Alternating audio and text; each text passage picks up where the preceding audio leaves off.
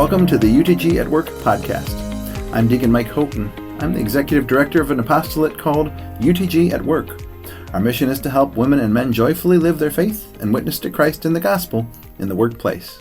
I'm happy to be with you as we explore the Sunday gospel in ways that help people who work. This weekend we celebrate the 21st Sunday in Ordinary Time, and our gospel is a reading from the Holy Gospel according to Matthew. Glory to you, O Lord. Jesus went to the region of Caesarea Philippi, and he asked his disciples, "Who do people say that the Son of Man is?" They replied, "Some say John the Baptist, others Elijah, still others Jeremiah, or one of the prophets." He said to them, "But who do you say that I am?" Simon Peter said in reply, "You are the Christ, the Son of the living God." Jesus said to him in reply, "Blessed are you, Simon, son of Jonah, for flesh and blood has not revealed this to you, but my heavenly Father. And so I say to you, you are Peter, and upon this rock I will build my church, and the gates of the netherworld shall not prevail against it. I will give you the keys of the kingdom of heaven. Whatever you bind on earth shall be bound in heaven, and whatever you loose on earth shall be loosed in heaven." Then he strictly ordered his disciples to tell no one that he was the Christ. I have three personal connections to this particular gospel, so please allow me to share them very briefly before diving into the thrust of the homily. In 2011, I had the awesome experience during a trip to Rome to take something called a scavi tour. Scavi basically means excavation. And we took this tour into the excavations which took place in the late 1930s and 1940s directly beneath St. Peter's Cathedral. We wound down along the tunnels until we reached the spot directly under the altar where the bones of St. Peter are buried. The church is not just figuratively built upon the rock, which is Peter, but the major church run by the Bishop of Rome, who is Peter's successor, is literally built upon Peter himself. By the way, these scavi tours under St. Peter's Cathedral are still happening today. All you need to do is purchase a ticket in advance. I would not recommend going on the tour if you're claustrophobic, as the trip down the tunnels can be a bit much for those who are. In 2016, I had the great honor of serving as deacon at a Mass which was presided by Pope Francis, the latest in the succession of popes following Peter. And in 2019, I had the great privilege of being at the spot which was once known as Caesarea Philippi in northern Israel. I'll talk more about the site in a moment, but all around it there are small rocks which pilgrims will often take home with them as souvenirs to remind them of this passage which says, "You are rock." I have one such small rock in my chapel at the back of my property in Romeo. These experiences come rushing back to me every time I read this particular gospel passage. I recall them with much thanks and gratitude for the blessings that I have had in my life to experience firsthand the land where Jesus walked and the home of the Catholic Church. Caesarea Philippi was located about 20 miles north of the Sea of Galilee. Today we would think nothing of driving 20 miles to get to our destination, but Jesus and his disciples would have walked there in the hot sun. This was not a quick or an easy walk for them, so there must have been some reason that he took them to that site to have the conversation that we hear about in today's gospel. Jesus wanted to know who people thought that he was, but he was most interested in who his apostles thought that he was. He's now fully engaged in his ministry at this point, and the very next thing he'll do after this passage in Matthew is to tell them about his passion and death. It was important for him to make some things clear to them before he continued to reveal the path that he must walk for their salvation and indeed for our salvation.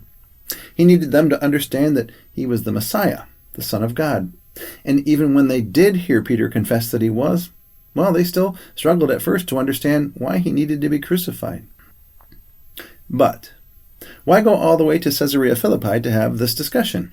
Why not just have it in Galilee, perhaps even in the synagogue there? To understand this, we must appreciate what was happening at that time in Caesarea Philippi. This is the spot where people came to worship the pagan god Pan, and to pay tribute to the Emperor Caesar Augustus, who was considered to be divine in the Roman culture. It was a place of pagan worship. The site has a huge rock rising from the ground with a cave on the left-hand side. King Herod built a large temple there made out of white marble imported from Greece, which he devoted to Caesar. People would walk through the temple to get to the cave, and there they would throw living animal sacrifices into the water that filled the cave to appease the gods and sometimes even to pray for help with problems in their lives. In truth, it's a rather impressive sight to see. It's beautiful, but it's also intimidating, almost like a scene out of a Harry Potter movie. As I was praying about today's gospel, I could see Jesus very sad that this beautiful sight that God had created was now being used to worship false gods. Where did humanity go so far off course?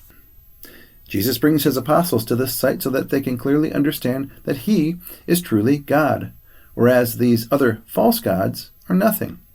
It's almost as though he brought them there to have them make a choice. Were they going to believe in him as God or in the other false gods? Now was the time to get this on the table, because he was about to reveal his passion and death. After all, if Jesus were just a prophet like John the Baptist or Elijah or Jeremiah, as some thought of him, then he would have been an important person, but the world could just give him his due and then go on worshiping their pagan gods. But if they understood him to be God, the rules of the game had to change. And so he asked them point blank, "Who do you say that I am?" And Peter jumps to the front of the line to say, "You are the Christ, the Son of the living God." What an amazing thing to say. No one had been comfortable going there up to this point. They may have suspected this to be the case. They may have even hoped that it would be the case. But Peter just blurted it out as a fact. And how did Peter figure it out? Well, he didn't. Jesus makes it clear that this was revealed to him by God the Father. And so Jesus declares him to be the rock upon which his church would be built. This despite Peter's faults, despite his stubbornness, and even despite the fact that he would soon deny Jesus 3 times. This is a revealed truth. No one in the group could have come to that conclusion on their own, at least not at this point in Jesus' ministry. We who are disciples today don't have to ponder this or any other revealed thing. We benefit from these things being revealed to people before us. You might say that we stand on the shoulders of others to whom these things have been revealed. So, Jesus walked about 40 miles round trip with his disciples so that they could come to the realization that he was God. And he wanted them to do it in a site where they were surrounded by pagan worship of false gods. Now, when people preach on this gospel, it's common to challenge those in the audience by asking them, "Well, how about you? Who do you say that the Son of Man is?" And while this can be effective at times, I suspect that most people listening to this podcast already believe that Jesus is the Messiah, the Son of the living God. You probably don't need to be convinced of that. No, the thing that many of us need to contemplate isn't who Jesus is. We already know the answer to that. The thing that many of us need to contemplate is how we live out that reality when we too are surrounded by pagan worship of false gods. In our day and time, we no longer worship the pagan god Pan, and I certainly hope that no one believes that our president is divine. But our society does worship false gods. We worship the gods of money, power, sex, celebrity, and the list goes on. The people of Jesus' time thought of him as John the Baptist, or Elijah, or Jeremiah, or one of the prophets. We live in a world that thinks of Jesus as someone nice, someone who accepted everyone, or someone who was perhaps a neat historical figure who had a gift for saying memorable things. In other words, he's well liked, but he's not necessarily God. And one of the places where our world most denies the divinity of Jesus is the workplace, where many of us are told to either keep our faith to ourselves, or even worse, trained to buy into the beliefs and ways of life that we know to be against the teachings of the Bible and our church. Far too often, we're just like the apostles in today's gospel. They confess that Jesus is God while surrounded by pagan worship. We confess that Jesus is God while surrounded by a world that doesn't want us to talk about it. Is Jesus still God in the all-people meeting, in the quarterly business review, in the staff meeting? Well, if he's greater than the false gods of Caesarea Philippi, then he's the God of those places as well. And we need to live our lives in recognition of that fact. How we do this will vary depending on our circumstances, but we must always remember that what we have is good news. In fact, we have very good news. We bring a message of salvation and hope to a world that desperately needs it, even if it doesn't understand that it needs it. We are called to unleash the gospel, even at work. I'll leave you with one final thought. When Jesus gave Peter the keys to the kingdom of heaven, he told him, "You are Peter, and upon this rock I will build my church, and the gates of the netherworld shall not prevail against it." Often people will hear this, and they'll picture the church defending herself against the netherworld, battling to stay alive but never giving in. The attacks will continue, but don't worry, we'll survive until Jesus comes again. But ask yourself, Do gates attack? No, gates are built to defend. So I offer another perspective. I like to think about the church as being the one on the offensive, charging the netherworld with veracity and pushing on to the gates of hell wearing the armor of God. She isn't defending, she's attacking. The gates that we're attacking are the lies of the secular world who try to convince us that God has no place in the public square, in our schools, or at work. But we don't attack with conventional weapons. We don't need them. Our weapons are the love of Christ, the Bible, the rosary, and hopefully someday a lapel pin with the UTG at Work logo on it. The love of Christ is enough. Our world doesn't need any more division or anger. As we like to say here at UTG at Work, it's better to light a candle than to curse the darkness. If your workplace is your Caesarea Philippi, don't be afraid and don't give up. You can worry about the pagan worship going on around you, or you can trust that Jesus brought you there to show that he's much more powerful than that. Be strong and trust in the Lord. He is indeed the Christ, the Son of the living God. We are called to live our lives in that truth.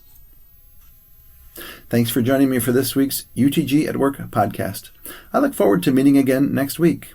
In the meantime, I encourage you to boldly live your faith in the workplace in the week ahead. I'll pray for your success, and I ask that you pray for the success of this UTG at Work apostolate.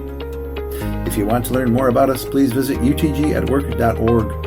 Now go in peace, glorifying the Lord by your life.